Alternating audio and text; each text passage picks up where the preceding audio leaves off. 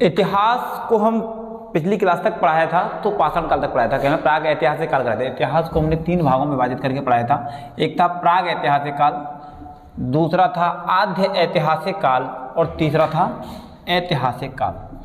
जो प्राग ऐतिहासिक काल था जिसको हम पाषाण काल भी कहते हैं, पाषाण काल के नाम से हमने इसको समझा था। कहने का मतलब है उस समय सबसे बड़ा इतिहास का सबसे बड़ा कालखंड रहा है। उस समय जो मानव था आधुनिक मानव से बिल्कुल भिन्न था।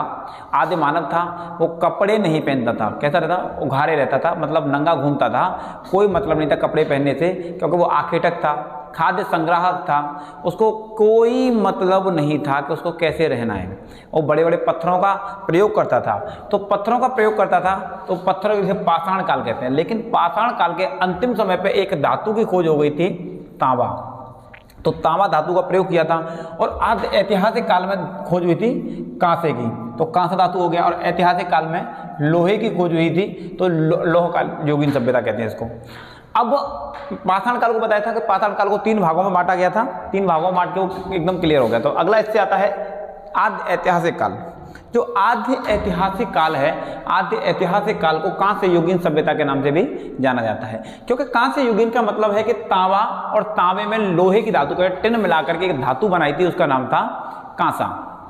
क्योंकि जब तांबा होता है, तांबा बहुत मुलायम धातु होती है। आपने देखा होगा कि तांबे का कोई तार वगैरह होता है, वायर कोई आसानी से मोड़ सकते हैं, तो इसलिए तांबा का प्रयोग किया। तांबा था बहुत एक सॉफ्ट धातु थी, तांबे में टिन मिला दिया गया तो धातु थोड़ी हार्ड हो गई और वो कांसा की धातु बन गई, कांसा बन गई।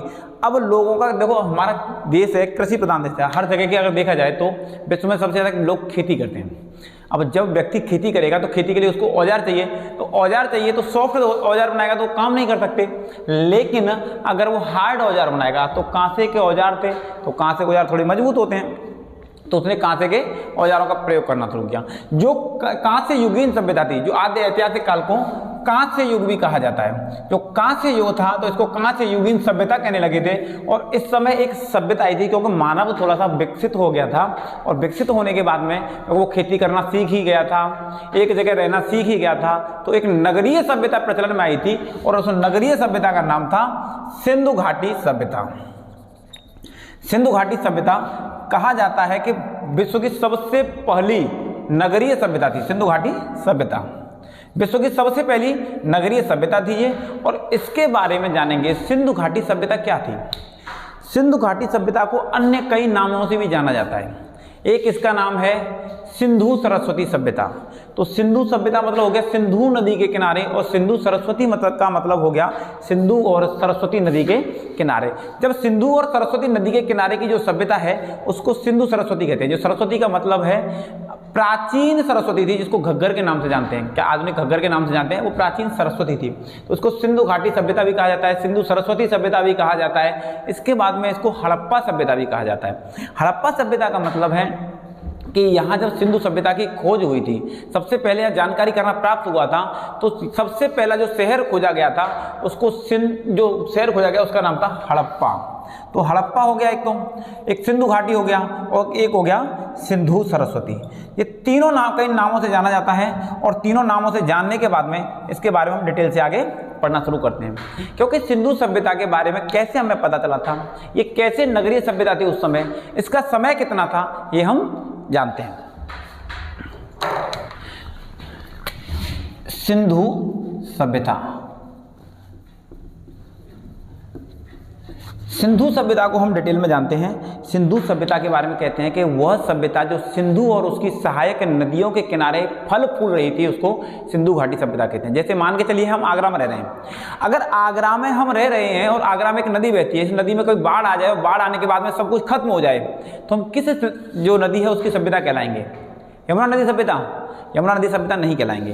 कहने का मतलब है यमुना नदी है कहीं न कहीं से गंगा जाकर के गंगा नदी में मिली हुई है, तो गंगा की सहायक नदी है। तो प्रमुख नदी कौन सी है? गंगा। इसी तरीके से सिंधु प्रमुख नदी थी, बाकी झेलम, रावी, चिनाब, व्यास, ये सभी इसकी सहायक नदियां थी। इनके किनारे ये सभ्यता फल फूल रही थी, इसलिए इसको सिंधु घाटी की सभ्यता कहा जाता है। सिंधु घाटी की सभ्यता का समय माना जाता है, तो यह इसका टाइम पीरियड है जो 2350 से लेकर के 1750 ईसा पूर्व माना जाता है। कहने का मतलब है यह ईसा मसीह के जन्म से लगभग 2350 वर्ष पूर्व शुरू हुई थी और 1750 वर्ष में आकर के खत्म हो गई। इसका सीधा सा मतलब है ये सभ्यता खत्म क्यों हुई, ये भी बड़े क्वेश्चन माइंड में आते हैं। तो कहा जाता है कि अगर विकास जितना अधिक होता है और एक ना एक दिन पृथ्वी अपने आप को लेवल करने के लिए सब कुछ क्या कर देती है, बराबर कर लेती है, विकास को खत्म कर देती है। ठीक है, तो इसका जो कालखंड था वो 1750 से लेकर के 2350 से लेकर के 1750 ईसा पूर्व तक था। अब कहते हैं कि इसके बारे में पता कैसे चला था, तो इसके बारे में पता चला था कि हमारे देश में अंग्रेज आए थे और अंग्रेजों ने पूरे देश को अपने क्या कर लिया था, अपने कब्जे में ले लिया था और अपने पूरे देश को गुलाम बना लिया था। और जो अंग्रेज हमारे यहाँ आए थे शुरुआत में तो वो हमारे यहाँ आए थे केवल व्यापार करने के लिए, लेकिन हमारे यहाँ के जो लोग थे बहुत सीधे टाइप के व्यक्ति थे। उनको कैसे भी करके उनको पता चल गया कि भाई इनको कुछ भी कहो ये जानते नहीं है, बहुत सीधे व्यक्ति हैं, ये आसानी से बातों में आ जाते हैं।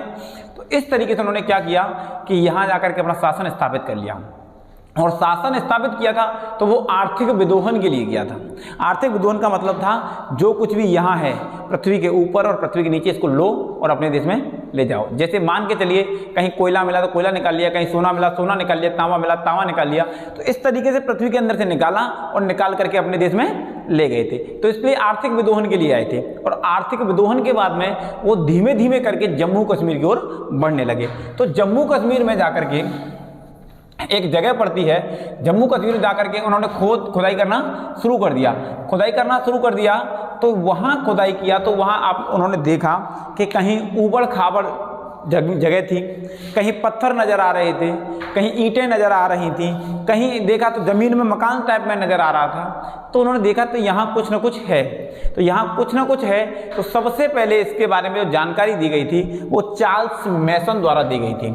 चार्ल्स मैसन ने इसकी जानकारी दी और जानकारी दी गई थी तो उस समय उन्होंने अपने अधिकारी थे, जो उनके अधिकारी थे उनके लिए दी। उनका नाम था जॉन मार्शल। जॉन मार्शल को इन्होंने इसकी सूचना दी। जॉन मार्शल ने देखा कि देखो इसमें क्या है। तो जॉन मार्शल ने कहा कि उन्होंने कहा था कि देखो अब मुझे नहीं पता है, यहाँ उबड़ खाबड़ जमीन है, कुछ ना कुछ तो यहाँ पे है। तो जॉन मार्शल ने कहा कोई दिक्कत नहीं है, आप जाकर के वहाँ देखिए। और जॉन मार्शल ने ही इसका नामकरण किया था और इन्होंने इसका नाम रखा था सिंधु घाटी सभ्यता, क्योंकि सिंधु नदी थी और इसके किनारे थी तो सभ्यता थी। तो इन्होंने क्या किया, उस समय ये क्या थे, पुरातात्विक विभाग के अध्यक्ष थे, भारतीय पुरातात्विक विभाग के अध्यक्ष थे। और इसके बाद में जब अध्यक्ष हुआ करते थे तो उन्होंने अपना एक व्यक्ति बुलाया, नाम था उसका कनिंघम। और कनिंघम को जिम्मेदारी दी गई कि कनिंघम जाइए देखिए ये क्या है। कनिंघम आ गए और कनिंघम ने जाकर के उस क्षेत्र को देखा और देखने के बाद में उसके पूरे क्षेत्र को घूमा। और पूरे क्षेत्र को घूमने के बाद में इन्होंने बताया था कि इसका जो क्षेत्रफल है, सिंधु घाटी सभ्यता का जो क्षेत्रफल है 12,99,600 वर्ग किलोमीटर है। कितना है, लगभग 13 लाख वर्ग किलोमीटर, 12,99,600 वर्ग किलोमीटर क्षेत्र में ये फैला हुआ है। कनिंघम ने इस बात की जानकारी दी। तो कनिंघम भी अधिकारी थे तो व्यक्ति खो तो नहीं सकता। तो उन्होंने क्या किया, अपना एक जूनियर देखा और जूनियर को जिम्मेदारी दी। नाम था उनका दयाराम साहनी। दयाराम साहनी थे। दयाराम साहनी को इसकी जिम्मेदारी दी गई और दयाराम साहनी से कहा गया कि आप इसको खोदिए। बात थी 1921 की और 1921 में सबसे पहले खुदाई जहां शुरू करी गई थी वो स्थान था हड़प्पा। और हड़प्पा में सबसे पहला शहर था जहां पर खुदाई शुरू करी गई थी। और हड़प्पा की जो खुदाई किया था वो दयाराम साहनी ने किया था। अब कहते हैं कि सिंधु सभ्यता थी क्या। भाई तो सिंधु सभ्यता के बारे में पता चला था, इन्होंने यहाँ से खुदाई शुरू हुई थी, हड़प्पा तक पहुँच गई। लेकिन वास्तव में सिंधु सभ्यता कैसी नगरीय थी, तो नगरीय कैसी थी, कैसे हमने अनुमान लगाया था। तो कहा जाता है कि सिंधु सभ्यता थी भारत के उत्तर दिशा में मांडा में थी। जो भारत का उत्तर में जम्मू कश्मीर एक जगह पड़ती है मांडा, यहाँ तक थी। भारत के दक्षिण में एक जगह है दैमाबाद में थी। इसके बाद में भारत के पश्चिम में पाकिस्तान में एक जगह पड़ती है सुतका गेंडोर में थी, यहाँ पड़ती है सुतका गेंडोर तक थी। और यहाँ पर उत्तर प्रदेश तक थी। उत्तर प्रदेश में एक जगह पड़ती है उसका नाम है आलमगीरपुर तक थी। आलमगीरपुर में जाकर के वो उत्तर प्रदेश के पड़ता है। तो कहने का मतलब है ये क्षेत्र बनाए गए थे। तो सुतका गेंडोर यहाँ मान लीजिए, मांडा यहाँ हो गया, आलमगीरपुर यहाँ हो गया और उसके बाद में दैमाबाद यहाँ हो गया। जब इसको देखा गया तो उन्होंने कहा था इसको एक एवरेज में लेके आए, एक लाइन ऐसे खींच दी और एक लाइन यहाँ खींच दी, और यहाँ खींचने के बाद में इसको ऐसे मिला दिया गया, और मिलाने के बाद में देखा तो इसका आकार पता चला था कि यह त्रिभुजाकार थी। जो सिंधु सभ्यता थी जो फैली थी वो त्रिभुजाकार आकार में फैली थी। त्रिभुजाकार का मतलब होता है उसके 3 भुजाएं थी, त्रिभुजा आकार था इसका, 3 भुजाओं में फैली हुई थी। अब कहें तो इसकी सिंधु सभ्यता कैसी थी, तो सिंधु सभ्यता थी, सिंधु सभ्यता के बारे में सबसे पहले पता चला वहाँ लोग जब पहुँचे थे दयाराम साहनी खोदने के लिए, उन्होंने खुदाई करना शुरू कर दिया। जब खुदाई करना शुरू कर दिया तो उन्होंने जिम्मेदारी दी गई थी, कनिंघम ने कहा था कि यहाँ आपको कुछ भी मिले ये आपको तोड़ फोड़ नहीं करनी है, हमें बताना है, और इसके बाद में जो भी मिलेगा आपको वो सही से निकालना है। अब इसके बाद में उन्होंने खुदाई शुरू की। खुदाई शुरू करने के बाद में कहा जाता है कि जब धीमे धीमे करके खुदाई आगे बढ़ रही थी, धीमे मिट्टी निकालना शुरू किया। धीमे धीमे मिट्टी निकालते निकालते उन्होंने बहुत बड़े जगह को साफ कर लिया। अब धीमे धीमे करके मिट्टी निकालते जा रहे थे तो वो सीढ़ियों से निकालते जा रहे थे। सीढ़ियों से निकालने के बाद में कहा जाता है कि सीढ़ियों से एक घर में उतर गए। धीमे धीमे करके पूरा घर की जो मिट्टी साफ की गई थी, उन्होंने देखा ऊपर मचान, पहले अभी तो देखो एकदम ऊपर से सैटेलाइट से फोटो खींच सकते हैं, तो पहले सैटेलाइट नहीं हुआ करती, तो उन्होंने एक मचान बनाया। मचान होता है बांस लगाओ और ऊपर खड़े होकर उस पर देखो, तो मचान लगा के देखा तो उन्होंने कहा था ये घर है। उन्होंने कहा अच्छा, धीमे धीमे करके पूरे घर की खुदाई शुरू की गई थी। अगर कहा जाता है कि जो सिंधु सभ्यता थी शहरी सभ्यता थी, तो यहाँ विधिवत रूप से बसे हुए शहर थे। विधिवत रूप से क्या थे, शहर बसे हुए थे, और शहर थे वो 2 भागों में विभाजित थे। 2 भागों का मतलब होता है इसमें 2 थे, एक था पश्चिमी टीला और एक था पूर्वी टीला। जो पश्चिमी टीला होता था वो छोटा होता था और पूर्वी टीला बड़ा होता था। और जो पश्चिमी टीले पर जो शासकीय लोग रहते थे, जो शासन वगैरह करते थे, और जो पूर्वी टीला होता था यहाँ पर मजदूर वर्ग रहता था, श्रमिक वर्ग रहता था, व्यापारी वर्ग रहते थे। कहने का मतलब पूरा जो दुर्ग होता था पूरा किससे होता था, किले बंद होता था, और उसमें केवल एक जगह गेट होता था, जिसका मतलब है कि वो इतना जानते थे कि अगर कोई व्यक्ति आक्रमण करने आएगा तो गेट में होकर के आएगा, और अगर गेट में होकर आक्रमण करने आएगा तो हम उसको इजीली रोक सकते हैं। तो वो इस चीज़ से बहुत अच्छे से परिचित थे।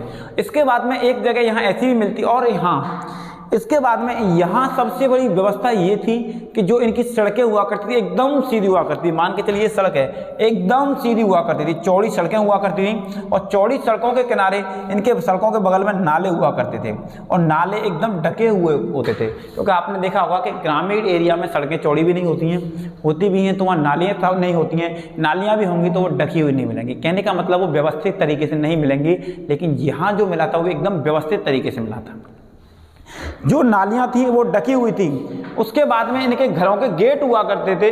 घरों के गेट मेन रोड पे नहीं खुलते थे, वो क्या खुलते थे, या तो पीछे खुलते थे या फिर बगल में खुलते थे। तो दोनों साइड में मतलब गेट आगे नहीं खुलते थे। तो इसका मतलब है वो जानते थे कि अगर हम सड़क पर गेट खोलेंगे और कोई भी गाड़ी वगैरह कुछ आ गया जिससे हमारा क्या हो सकता है, एक्सीडेंट, दुर्घटना हो सकती है। कहने का उस समय वाहन तो नहीं थे, लेकिन सिंधु सभ्यता थी। सिंधु सभ्यता के लोग सबसे अधिक क्या करते थे, खेती करते थे, और खेती के बाद में उनका एक और काम था व्यापार। तो व्यापार में जो सामान लेके जाते थे, बैलगाड़ी वगैरह, वो रास्ते में होकर निकलती थी। तो उनको पता था कि अगर रास्ते में गाड़ियां आएंगी तो एक्सीडेंट हो सकता है, इसलिए उन्होंने क्या कर दिया था कि वह अपने जो गेट थे उनको पीछे खोलते थे कि अब व्यक्ति निकलेगा पीछे से, निकल के आगे तक आएगा, और आगे आने के बाद में देखेगा रोड पे कोई आ नहीं रहा है तब निकल के जाएगा। घरों के बच्चे भी अचानक से रोड पर नहीं कूद पाएंगे, या पता चला कि आगे आपने एकदम गेट खोल दिया, कोई गाड़ी निकल के आ गई तो उसको एक्सीडेंट हो गया। इस तरीके से वो बहुत सभ्य थे, उनकी बहुत दूरदर्शी सोच थी। इसके बाद जितने भी लोग हुआ करते थे अपने घरों में मतलब व्यापार करते थे, अपने घरों के पीछे की तरफ खोलते थे, आगे नहीं खोलते थे। लेकिन एक जगह पड़ती है लोथल, लोथल गुजरात में पड़ती है। गुजरात में इस बात का बिल्कुल विपरीत था। गुजरात में जितने भी जगह घर थे इनके गेट थे मेन सड़क पर खुलते थे।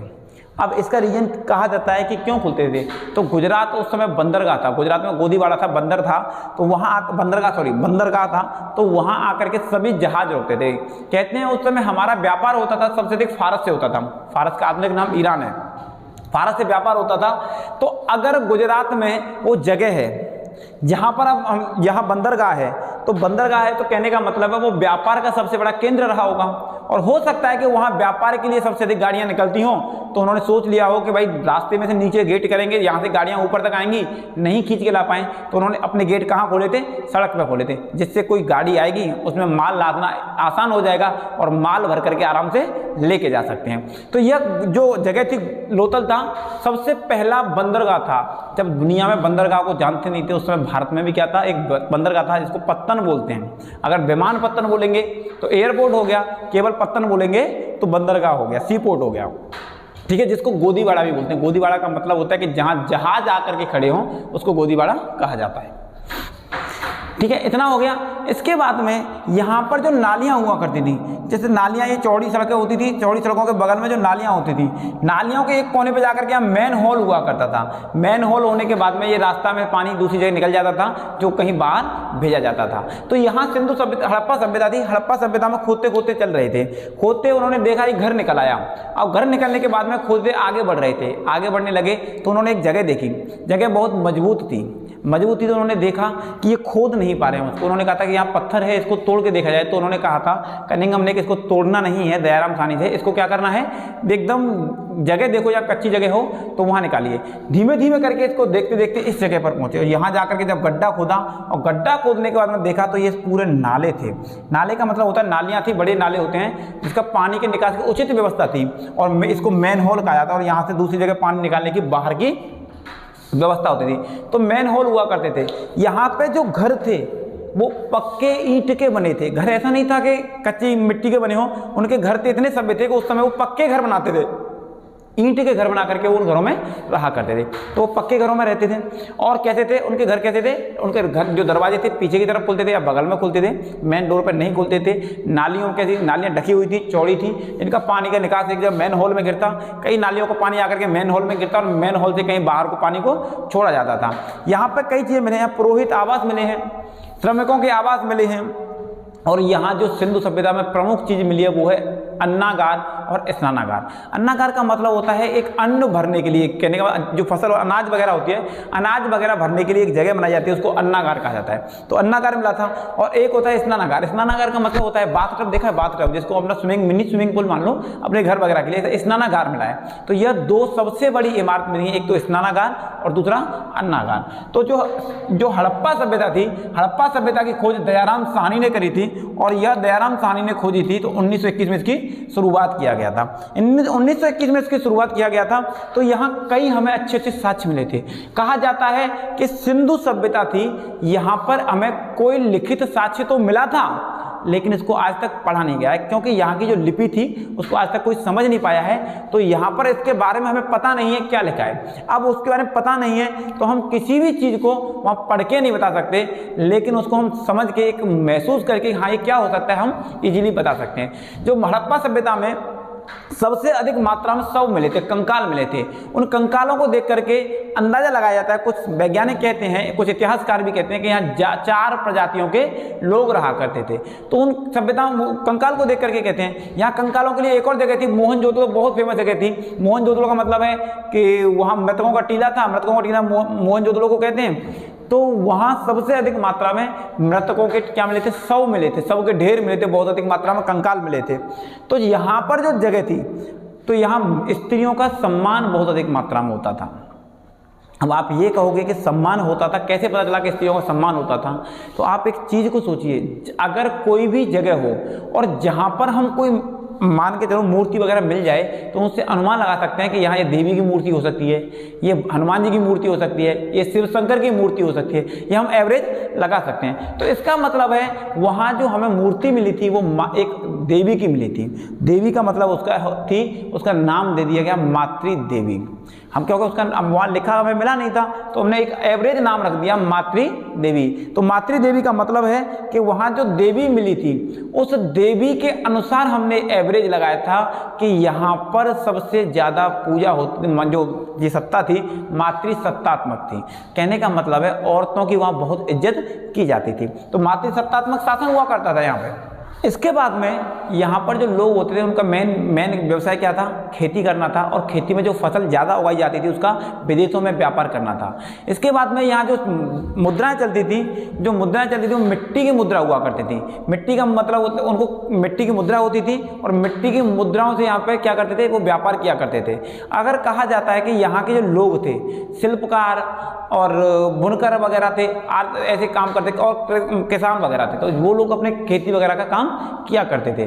जो औरतें थी, औरतों के अनुसार, हाँ एक चीज़ और, यहाँ पर जो व्यापार होता था, व्यापार के अलावा इन लोगों को ज्ञान था तौल का। जो अगर हम कोई भी चीज़ बेचते हैं तो तौल करके बेचते हैं, लेकिन उसमें एक समस्या थी, जो हम वो तौल करते थे तो इनको केवल 16 किलो की तौल का ज्ञान था। इनको केवल 16 किलो का ज्ञान था, कि 16 किलो का ज्ञान होता, 16 किलो से कम ये नहीं जानते थे। इनको 16 की माप का ज्ञान था। अगर आपको कोई भी चीज़ चाहिए तो 16 किलो लो, कम से कम आपको 16 किलो मिलेगी, ज़्यादा चाहिए तो 32 किलो मिलेगी, उससे भी ज़्यादा चाहिए तो 48 किलो मिलेगी। इससे कम का ज्ञान नहीं होता था इनको, क्योंकि इन लोगों के पास जो बाँट थे, मिले थे, वो 16 किलो के मिले हैं। और इसके बाद में इन लोगों को कपास वगैरह 9 तरह की खेती के साथ मिलते हैं, कि यहाँ पर लोग 9 तरह की खेती किया करते थे। और उसके बाद में सबसे अधिक व्यापार करते थे वो फारस के साथ में करते थे, और फारस में कहा जाता है कि आधुनिक ईरान है। यहाँ सबसे पहले जो सभ्यता मिली थी या शहर खोजा गया था, उसका नाम था हड़प्पा। हड़प्पा के नाम से इसका नाम पड़ गया हड़प्पा सभ्यता। हड़प्पा सभ्यता की खोज 1921 में हुई थी, और दयाराम साहनी, नाम था उनका दयाराम साहनी। दयाराम साहनी ने इसकी खोज किया था। दयाराम साहनी ने इसकी खोज किया, और इसके बाद में जस्ट अगले ही साल 1922 में एक और स्थान मिला था, उसका नाम था मोहनजोदड़ो। मोहनजोदड़ो का मतलब होता है मृतकों का टीला। कहा जाता है कि यहाँ जितने भी बहुत ज़्यादा कंकाल मिले हैं, सबके मतलब ढेर मिले थे, तो वो जितने भी कंकाल मिले थे वो सब अस्त व्यस्त मिले थे, क्षतिग्रस्त मिले थे। कहने का मतलब है कि यहाँ अनुमान लगाया जाता है कि यहाँ कोई भयंकर युद्ध हुआ था। भयंकर युद्ध होने के बाद में मारकाट हुई थी, तो किसी का हाथ अलग हो गया, किसी का पैर अलग हो गया, किसी की गर्दन अलग हो गई।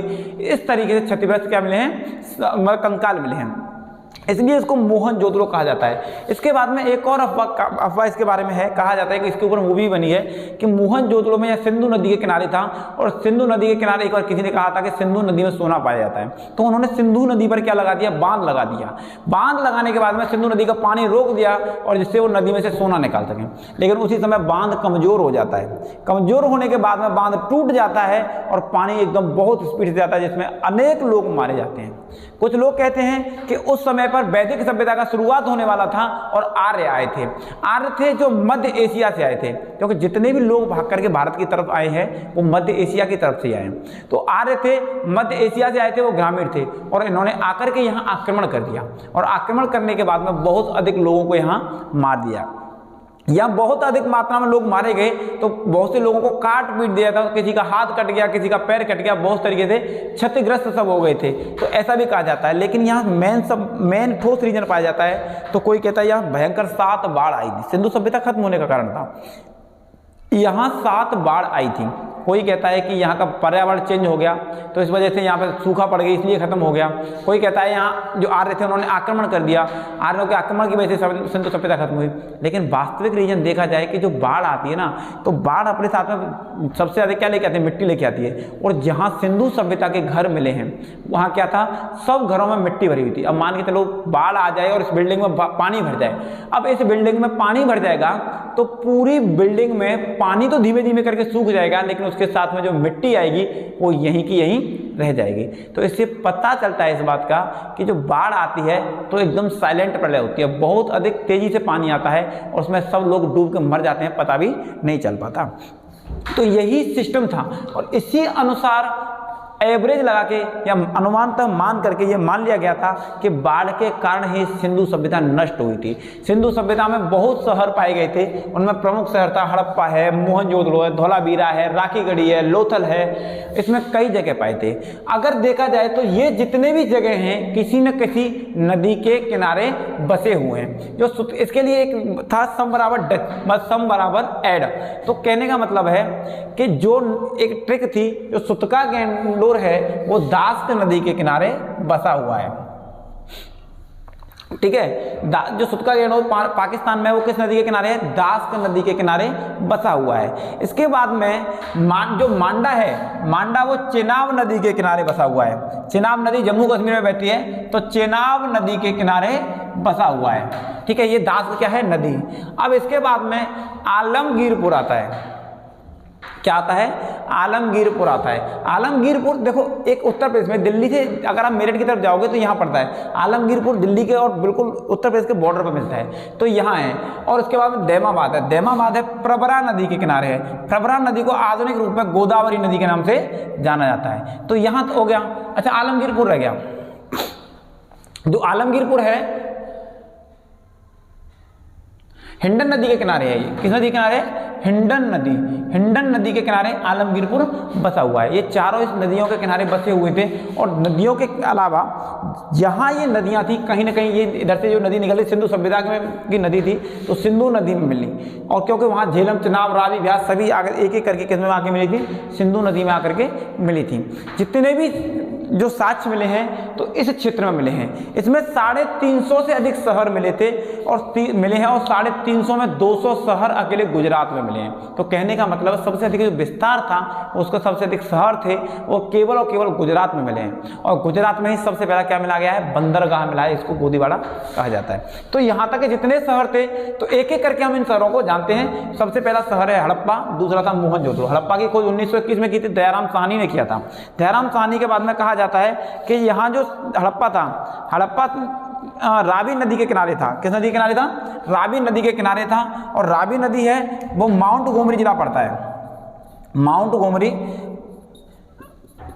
पाकिस्तान में हिस्सा था, इसके किनारे पड़ता है। यहाँ पर जो साक्ष्य मिले थे उसमें कई तरह के यहाँ साक्ष्य मिलते हैं। तो कहा जाता है कि यहाँ पर श्रमिक आवास वगैरह मिले थे। पंडित जी के मिले थे। इसको सैंधव सभ्यता, जो पुरोहित आवास होते हैं, इसको सैंधव सभ्यता का प्रमुख केंद्र कहा जाता है। सैंधव सभ्यता का मतलब होता है कुम्हार द्वारा मिट्टी के बर्तन बनाना, ठीक है। एक एक करके इनको अब समझेंगे।